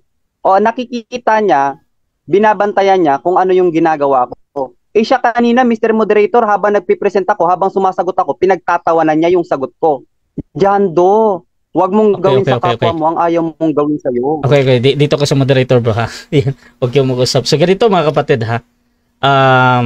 Doon sa mga salita, actually, nakikinig din ako. Usually talaga, napaka-pariko pa sa mga words, mga kapatid. However, kinukonsider ko lagi, syempre yung mga ka-debate, mga kapatid, na kung nakaka-offend yung sa kabilang panig, ay suggest na wag banggitin to be more, kumbaga, peaceful yung debate natin ba, Brother Ahmad. And I hope you consider this, bro. Pero tuloy-tuloy ka pa din, Brother Ahmad. Na lang, bro, minimize yung mga ganun. 49 minutes na lang ito, Brother Ahmad. Proceed ka lang, bro. Okay. So, inaasahan natin na talagang pinag-aralan ni Brother Janto yung kanyang ipipresent. Kaya lang, ang nangyari, hindi niya naman pinatunayan na mali ang Quran. Kung pinatunayan niya man, sabi ng Biblia. O ngayon, tingnan nyo sa Genesis, sinabi niya kayo na alabok ng lupa. Tingnan nyo ipapakita ko sa inyo. Sa Genesis chapter 2 verse 7, wala pong binanggit dyan na alabok ng lupa. Nilikha ng Diyos ang tao mula sa alabok. May lupa ba? Wala. O ngayon, alin ang totoo? Yung Biblia ang gamit mo, Jando? O itong Biblia ang hawak ko? O yan ang kontrahan. Yan ang malinaw na kontrahan, Jando. Okay, so dyan nagtatapos, mga kapatid, ang rebuttal ng ating negative. At syempre, dako tayo sa 7 minutes na second cross ng ating affirmative. Brother Jando ng Roman Catholic Church, your time start now. Saan natatagpuan ang alabok, bro? Sa lupa o sa tubig? Sa lupa, Mr. Moderator. Okay, dahil sangayon ka ng alabok ay sa lupa, sangayon ka ng alabok galing sa lupa, yes or no? Ay, sangayon ako, Mr. Moderator. Pero ang tinututulan natin, yung salitang alabok ng lupa. Dahil dito sa Biblia ang binasa ko, walang nakalagay na alabok ng lupa. Ang nakalagay dito, clay, sa English, ito, sa CCB. Ha? Clay. Ngayon, kung gagamitin natin itong CCB, na ang binanggit dito, clay, aba, mali ito. Bakit? Yung nakikita meron ka bang may pakita sa akin, bro, na Jewish history na tinatanggap ng mga Jewish na kalaban ni Jesus na siya ay Messiah? Meron ka bang may pakita o wala? Wala, Mr. Moderator. Oo. Bakit? Kasi yung history, Mr. Moderator, yung history po, lalong-lalo na sa kasaysayan ng mga Romano, kapag sila ang nagwawagi o nasasakop nila ang isang bansa, binubura nila ang history. Binubura nila yung kasaysayan at nagsisimula sa kasaysayan kung kailan nila ito nasakop. Next question. Next question. Ginamit ko yung insights from God's Word by Emmanuel Maloneda sa page 72. When Christ made his appearance as a humble teacher from Nazareth, most of the people were unwilling to accept him as the Messiah. Tama ito o mali? Kung nabasa mo, pero yan ay subjective lang sa'yo. Objection, moderator. Time stop. Objection mo na. Anong objection ng ating affirmative? Categorical ang aking tanong sa kanya. Itong binasa ko dito, when Christ made this appearance as a humble teacher from Nazareth, most of the people were unwilling to accept him as the Messiah. Tama ba ito o mali? Yun ang tanong ko, moderator. Okay, so ang objection dito, mamimili na tama ba yun or mali. Brother Ahmad, meron ka bang counter objection or mamimili ka na, bro? Tama at mali, Mr. Moderator. Okay, tinatanggap ko yan. Bakit? Tama at mali. Bakit? Kasi nakadepende sa nakikinig at sa kanyang nakalap na impormasyon. Dahil hindi naman lahat ng Hudyo naniniwala na si Jesus ay hindi Messiah. John Ray, meron pong tinatawag na Messianic Hudyo, Messianic Jew, na naniniwala si Kristo. Next question. Next question, ito naman. Dito ay galing sa isang rabbi sa Israel. Sabi niya, in his religion class, in the Jewish community, he was told Jesus was a blasphemer. Since being a man, he considered himself as God. That is why we had been condemned to death. We condemned him to death on the cross. Tama ba ito o mali? Tama at mali nga, Mr. Moderator. Yung history, Mr. Moderator, tama at mali. Bakit? Kasi nga, nakadepende yan sa kung saan at kung sino yung nagsulat at kung saan niya kinuha yung kanyang reference. For example, dito sa Pilipinas, ang sabi na yung Pilipinas daw na-discover ni Magellan. Totoo bang na-discover niya? Hindi. Okay. Bakit? Kasi meron Next question. Sabi dito, pinapatay ng mga Hudyo si Jesus dahil siya ay nagpapaka-Diyos. Tama to o mali? Tama, Mr. Moderator, na talagang kahit hindi natin niyang gamitin, okay, kahit hindi natin gamitin yung reference niya, gamitin natin ang Quran, okay, pinatay talaga si Propeta Jesus dahil sa kanilang, sa kanilang pagbibintang. Kahit hindi natin niyang gamitin hindi naman natin kailangan yan para patunayan kung bakit siya pinatay. Next question. Next question. So tinatanggap mo na si Jesus talaga ay pinatay, yes or no? Batay yan sa inyong kasulatan at batay Objection, sa moderator. Time stop. Objection. Time stop na. Kakasagot lang niya ngayon sa Quran. Tinanong ko siya sa Quran Sa Quran tinatanong, sabi niya kasi talaga pinapatay. So tanong ko sa pinaamin ba niya talaga pinapatay si Jesus? Yes or no? Okay, yun sa yes or no ito. Yes, Mr. Moderator, Proceed. magkaiba yung salitang pinapatay at napatay. Diyan basic Tagalog. Magkaiba yung salitang pinapatay at pinatay. Napatay. Magkaiba yon. Next question. Ito sinasabi dito, that is why he had been condemned to death on the cross. Napatay to, hindi napatay. Ay, dyan sa inyong napatay dyan, di ba? Bakit? Kasi nga, ang pinagbatayan nyo yan, okay? Pero sa Quran, ito yung batayan namin. Ang batayan namin, ang Quran. At ito nga yung topic natin Para masabi mong mali ang Quran, patunayan mong mali. Next question. Okay. Dahil sabi mo dito ay napatay, that is why he had been condemned to death on the cross. Sabi mo sa referensya, hindi Bible to, referensya ito. Sa referensyang sinulat ng mismong Jewish scholar na si Israel Zolli, napatay si Jesus talaga, napatay. Samantalang ang Quran nagsasabi na hindi napatay. Sang-ayon ka ba na ang history ng Jewish scholar mismo kontra sa sinasabi sa Quran. Yes or no? No, Mr. Moderator.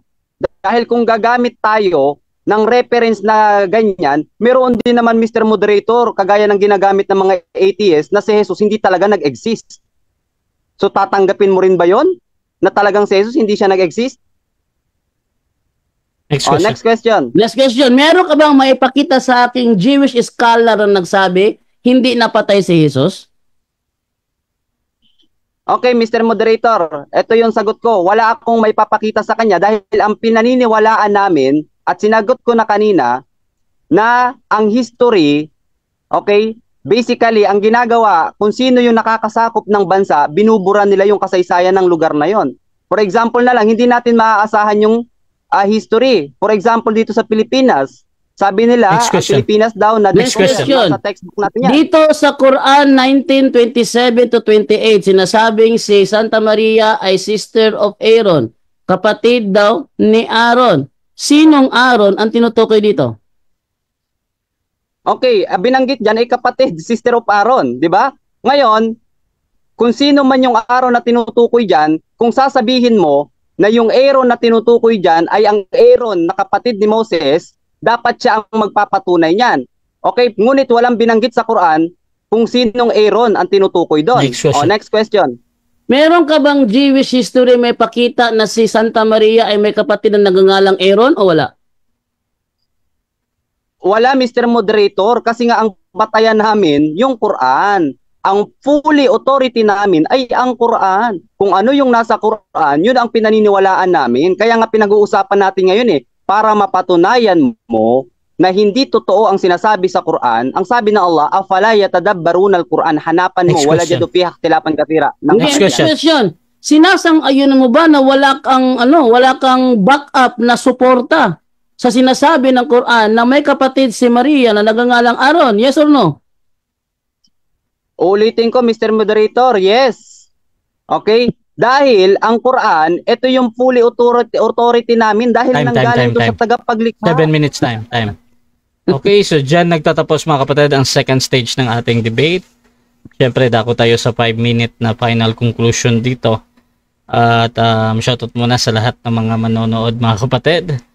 Dito ay mauna ang negative sa kanyang final conclusion sa pagtutol. Again, sa topic na ang Quran o patutunayan ko na may mali ang Quran bilang negatibo. Brother Ahmad ng Islam, 5 minutes. Your time start now, bro. Okay. Bismillah. Hindi napatunayan ni Jando Hindi niya napatunayan na mali ang Quran. Ang ginawa niya, ginamit niya ang Biblia, gumamit siya ng Biblia para patunayang mali ang Quran.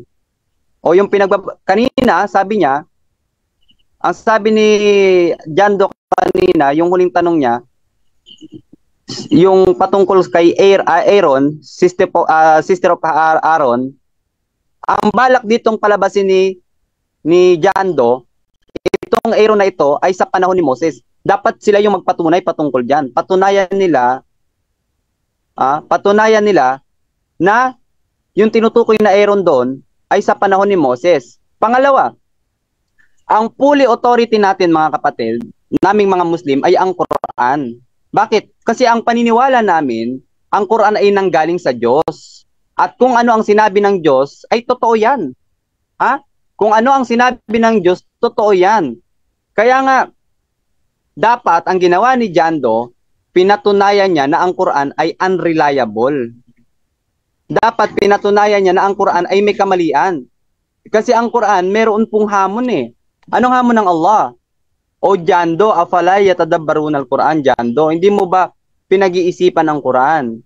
Walau kana min inda ghairillah, kung ito ay nanggaling sa iba at hindi galing kay Allah, wala yadu fiha ikhtilafan katsira. Matatagpuan mo ito ng kamalian. Wala kang nakitang kamalian Yung kamalian na pinagsasabi mo, batay lang yun sa pananaw mo at hindi batay sa standard reference. Hindi batay sa standard reference. Ngayon, nagtatanong siya patungkol sa mga history. Alam nyo kapatid, ang history, hindi yan accurate na talagang 100% mapapaniwalaan natin. Bibigyan ko kayo ng example. Okay, sa textbook natin, sabi doon, ang Pilipinas daw ay nadiscover discovered by Magellan. Ha? Na-discover daw ni Magellan. Totoo bang si Magellan ang nakadiscover ng Pilipinas? Hindi. Sapagkat bago pa man dumating si Magellan, mayroon na tayong sariling kalakalan. Na-discover na tayo noon pa man, bago pa si Magellan. Kaya mali yung history na ang Pilipinas ay na-discover ni Magellan. Kaya bakit ka gagamit ng mga bagay na kung saan ay maaring hindi mapagkatiwalaan? 'Di ba? So nabigo si Jando na patunayan na ang Quran ay mali. Nagkamali siya ng paggamit, ginamit niya yung Biblia para patunayang mali ang Quran. Ang problema, mismong ang Quran mali, ang Biblia mali. Mismong ang Biblia mali. Kaya bagsak Bagsak ang kanyang argumento. Wala siyang naitindig sa gabing ito. Salamat, Mr. Moderator.